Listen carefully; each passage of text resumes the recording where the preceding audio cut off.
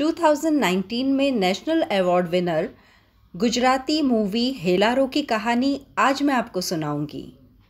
तो बात है 1975 की कच्छ के समरपुरा गांव की। उस गांव के मुखिया और उस गांव के आदमी रात होते ही गुजराती गरबा खेलकर उनकी मावड़ी यानी देवी को प्रसन्न करने की कोशिश करते हैं। वहीं उस गांव की महिलाओं को उपवास कर देवी को प्रसन्न करना है। वो चाहते हुए भी गरबा खेलने में शामिल नहीं हो पाती। उस गांव की औरतें गांव से दूर एक तालाब से पानी भरने जाती हैं, लेकिन उस गांव की विधवा केसर विधवा होने के कारण उसे पानी भरना मना था। लेकिन गांव का मुखिया कहता है कि ऐसा कब तक चलेगा। तो सब मिलकर तय करते हैं कि उस गांव के लड़के अर्जुन की शादी हो जाएगी। उसके दूसरे दिन से केसर भी गांव की दूसरी औरतों के साथ पानी भरने जा सकेगी। बस शर्त ये है कि सारी औरतें केसर से दूर रहे। अर्जुन की शादी हो जाती है मंजरी से। मंजरी भुज से आई हुई होती है और वो 7वीं कक्षा पढ़ी हुई है। अनपढ़ महिलाओं के बीच 7वीं कक्षा पढ़ी हुई मंजरी काफ़ी होशियार लगती है। मंजरी की शादी के दूसरे दिन उसकी सास उसे गांव की महिलाओं के साथ तालाब पर पानी भरने भेजती है। मंजरी सबसे घुल मिल जाती है, लेकिन जैसे वो केसर से बात करने जाती है तो सब उसे मना कर देते हैं। फिर भी मंजरी किसी की नहीं सुनती और केसर से बात करती है। मंजरी जब घर पहुंचकर अपने दुपट्टे को लेकर बैठी उसमें धागे से कुछ जड़ाऊ काम करने, तब उसकी सास ने उसे कहा कि उनके गांव में स्त्रियों को कपड़े पर जड़ाऊ काम करना मना है। फिर उसकी सास मंजरी को बताती है कि कुछ साल पहले मूड़ी नाम की विधवा अपने घर ऐसे ही कपड़ों पर जड़ाऊ काम किया करती थी और उसे एक आदमी ने देख लिया था। वो आदमी मूड़ी के बनाए जड़ाऊ कपड़े शहर में बेचाता और ऐसे ही मूड़ी की आमदनी शुरू हो गई। लेकिन जिस दिन गांव वालों को ये बात की भनक पड़ी, तब मूड़ी उस आदमी के साथ गांव छोड़ चली गई। फिर उस गांव में पड़ा सूखा और देवी को रिझाने सबने मिलकर मूड़ी और उस आदमी की हत्या कर दी गई। मंजरी अपनी सास की बताई हुई ये पूरी बात सुनकर बिल्कुल कांप उठी। अब बात है दूसरे दिन की, जब मंजरी अपनी गांव की औरतों के साथ पानी भरने जाती है। वहीं एक आदमी कच्छ की रेत में अधमुरा सा मरा दिखता है। सबके ना कहने पर भी मंजरी उसे पानी पिलाती है। जैसे ही मंजरी और सभी औरतें जा रही होती हैं, तब मंजरी देखती है कि उस आदमी के पास एक ढोलक है, तो वो उस आदमी को ढोलक बजाने कहती है। वो आदमी कहता है कि आपने मेरी जान बचाई है, मैं आपकी बात कैसे इनकार कर सकता हूँ, और वो ढोल बजाना शुरू कर देता है। मंजरी और एक एक कर गांव की सारी औरतें ढोल के ताल पर गरबा शुरू कर देती है। पर 2 औरतें इस बात का विरोध करती हैं और कहती हैं कि जिस गांव की महिलाओं को गरबा खेलने की मनाही है, उन्होंने अगर गरबा खेला तो गांव में ज़रूर कुछ बहुत बुरा होगा। लेकिन घर पहुंचकर जब पूरे दिन कुछ भी अशुभ नहीं होता, तो दूसरे दिन वापस पानी भरते समय सभी औरतें उस ढोलक वाले आदमी, जिसका नाम मुलजी है, उससे ढोल बजवाती है और खूब मन खोलकर गरबा नाचती हैं।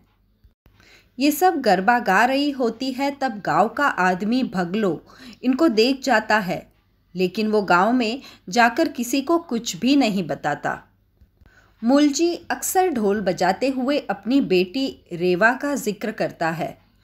तब एक दिन जब गांव की औरतें रेवा के बारे में पूछती है, तब मुलजी बताता है कि कुछ साल पहले मुलजी होली के दहन में ढोल बजाने गया था। मुलजी निचली जाति का था। वहाँ होली दहन के बाद जब कोई भी नहीं था, तब उसने अपनी बेटी रेवा के कहने पर ढोल बजाना शुरू किया। मुलजी की पत्नी और उसकी बेटी रेवा ने ढोल के ताल पर खूब गरबा नाचे। लेकिन जब गांव के आदमियों को इस बात का पता चला, तब उन्होंने रात को सोते समय मुलजी की झोपड़ी पर आग लगा दी। इसी आग में मुलजी की पत्नी और बेटी रेवा दोनों मर गए। तब से पगलाया सा मुलजी अपना ढोल लेकर कड़कड़ती धूप में रेगिस्तान में बस घूमे जा रहा है। मुलजी की ये बात सुनकर सारी औरतों को उसके लिए बहुत ज़्यादा सहानुभूति हो जाती है। वो उसके लिए पानी, खाना और कपड़े ले आती हैं।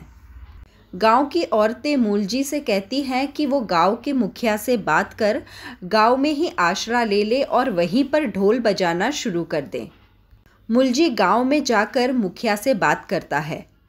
वैसे भी नवरात्रि चल रही होती है तो मुखिया उस ढोलक वाले मुलजी को गांव में आसरा दे देता है। अब मुलजी रात को गांव के आदमियों के लिए ढोल बजाता है। वहीं वो सुबह चुपके से पानी भरने गई गांव की औरतों के लिए भी ढोल बजाता है। लेकिन एक दिन गांव में गंगा के घर अशुभ समाचार मिलते हैं और वो रो रो कर अपनी सास से गरबा खेलने की पूरी बात बता देती है। वो अपनी सास को ये बात बताती है कि उसके चुप चुप कर गरबा खेलने से ही उसके साथ ये अशुभ बात हुई है। उसकी सास गांव के सभी आदमियों को ये बात बता देती है और तभी गांव के सारे आदमी गांव की औरतें जो मुलजी के ढोल पर गरबा नाच रही होती है उन्हें रंगे हाथ पकड़ लेते हैं। मुलजी और सभी औरतों को घसीटकर गांव में लाया जाता है। सभी आदमी मिलकर मुलजी को बहुत मार मारते हैं। वहीं वो अपने घर जाकर अपनी पत्नियों की भी बहुत ही बुरी तरह से पिटाई करते हैं। गांव का मुखिया कहता है कि आज नवरात्र का आखिरी दिन है तो देवी की आरती से पहले मुलजी का सर काटकर वो देवी को प्रसन्न करेंगे ताकि गांव में बारिश आ सके।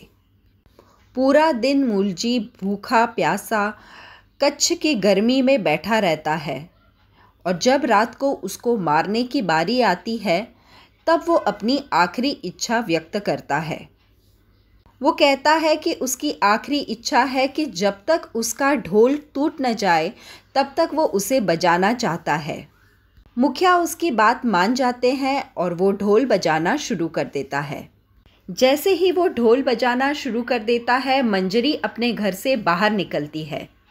मंजरी का पति अर्जुन उसका विरोध करता है और उसे घर में जाने कहता है, लेकिन मंजरी उसकी एक भी बात नहीं सुनती और मुलजी के ढोल की ताल पर गरबा शुरू कर देती है। तभी एक एक कर सारी औरतें अपने घर से निकलकर मंजरी के साथ गरबा खेलने लगती हैं और उसी समय आसमान से बारिश भी होती है। मुखिया और गांव के सब लोग ये देखकर चौंक जाते हैं कि जिस देवी को प्रसन्न करने और बारिश को लाने उस गांव में महिलाओं को गरबा गाना मना था, आज उनके गरबा गाने के साथ ही देवी प्रसन्न हो उठी है और उस गांव में बारिश हो रही है। उस गांव के सारे पुरुष गांव की महिलाओं को गरबा करता देख नतमस्तक हो जाते हैं। गुजराती लोक कथाओं में से चुनी गई एक कीमती हीरे जैसी हेलारो की ये कहानी थी। तो ऐसी ही सुपरहिट मूवीज़ की कहानियों के लिए please do subscribe to my channel popcorn time with Vandana. धन्यवाद।